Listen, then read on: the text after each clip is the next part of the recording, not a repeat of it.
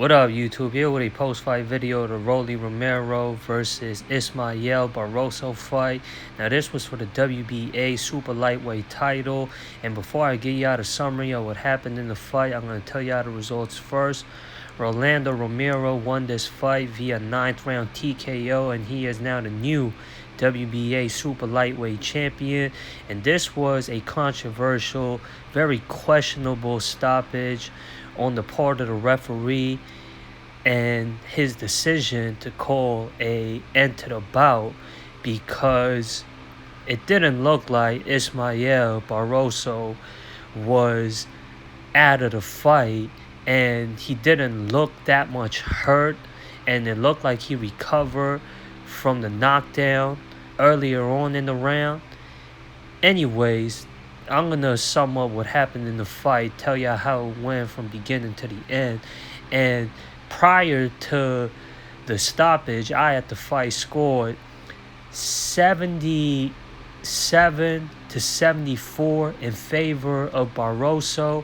And if the referee would have had this fight continue as he should have, and round 9 would have not ended the fight, but at the end of the round 9, I would have had the fight scored 85 to 84, still in favor of Barroso, because it would have been a 2-point round in round 9 for Romero because of him scoring a knockdown in round 9 prior to the TKO.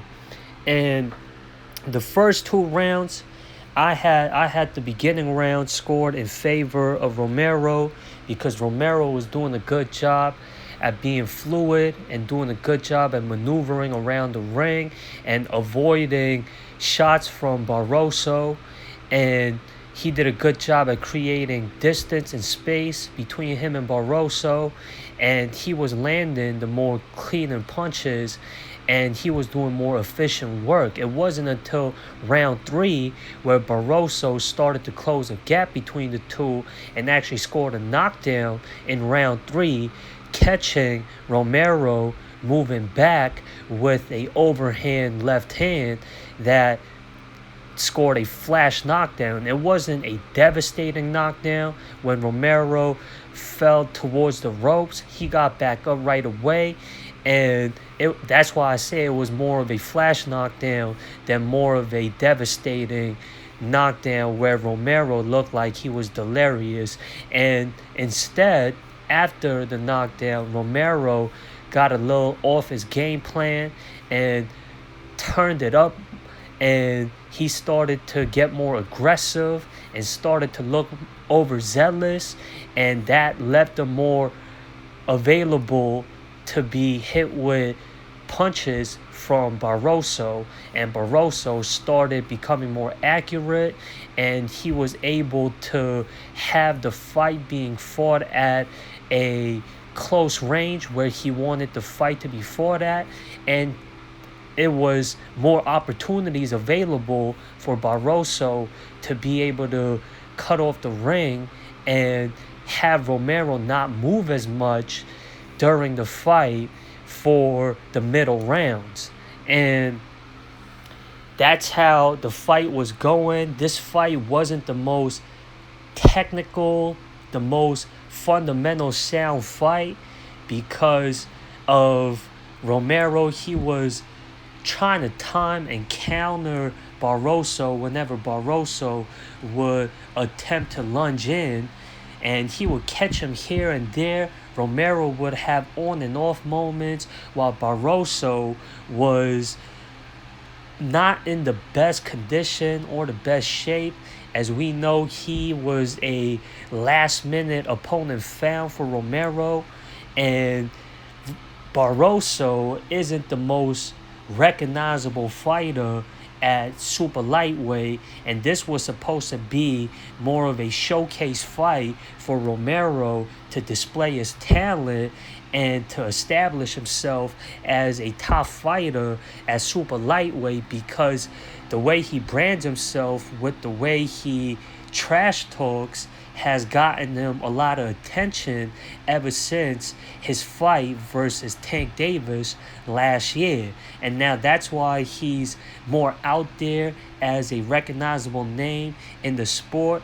And that's why PBC is backing him as being a fighter that fans can get behind and they could push out there like that. And Barroso was supposed to be a step up fight for Romero. However, it was a worthy challenge from the fight that we saw because, as I said, if the referee would have had let this fight continue as he should have had, Barroso would have still been up on the scorecards. Now, I don't know how the remainder of the fight would have went. It looked like Romero was starting to wear down on Barroso. Barroso was still engaging and he was still throwing back in this fight. It looked like Romero had the fight going towards his momentum towards the end, being the more younger, fresher fighter, more in shape and in better condition than Barroso is. Barroso is like 40 years old, and as I said, I don't know how much time he had to prepare for this championship fight. Nonetheless, he put up a good challenge, put up a good fight, and I would like to see a rematch with Romero and Barroso because of the questionable end to this fight, and it was quite competitive prior to the TKO. And Romero, in this fight, he couldn't get in a proper rhythm to where he could stay consistent with the style that he wanted to have the fight being fought at. He was hesitant, and that gave time and space for Barroso to barge in there and launch his attacks and close that distance with him and Romero and cut off the space and distance in the ring versus Romero. And Romero, he's got to be more consistent with his rhythmic and the style that he fights at, and he's got to stick to it. And hopefully with Romero being a young and up-and-coming fighter, he has a lot of room and time to make adjustments that could improve his game for the future. Now that he is a champion at super lightweight, and that weight class is a division with a lot of good talent, and with Romero being the WBA super lightweight champion and him being a recognizable name, a big draw amongst the top of the super lightweights, this calls for Romero to be in the mix and for him to have high quality matches there at super lightweight for a title at that weight class. Now, he did say after the fight, during the post-fight interview, that he didn't know why the referee stopped the fight because Ismael Barroso was punching back and he didn't look devastated by that knockdown. As y'all know, if y'all go watch the fight, Barroso is a southpaw fighter while Romero is a orthodox fighter, so their stance naturally is gonna tangle amongst one another because of their lead foot. And if y'all go look at the replay of the knockdown, yes, there was a clear punch landed when Romero threw the combination of punches, and it did look like it affected Barroso. However, it looked more like a shove than a clear knockdown, and y'all could see the tangle of the lead foot there, lead legs there when Barroso got dropped. And that's why Barroso didn't look like he was devastated and was really hurt by that knockdown. It looked like he was more on the fatigue side and was wearing out as the fight was heading towards the latter rounds. And I think there should be an immediate rematch for the WBA super lightweight title with Romero and Barroso because of how the fight went. And Romero did say during the post-fight interview that he wants to defend his newly won WBA super lightweight title versus Ryan Garcia, who is the number one ranked contender at WBA. And Ryan Garcia did say after his loss versus Gervonta Davis, and that fight was being fought at lightweight, that he will no longer be fighting at lightweight, and instead he'll be moving up to super lightweight because it fits his frame better and he won't have any trouble making weight at super lightweight, unlike he did at 135.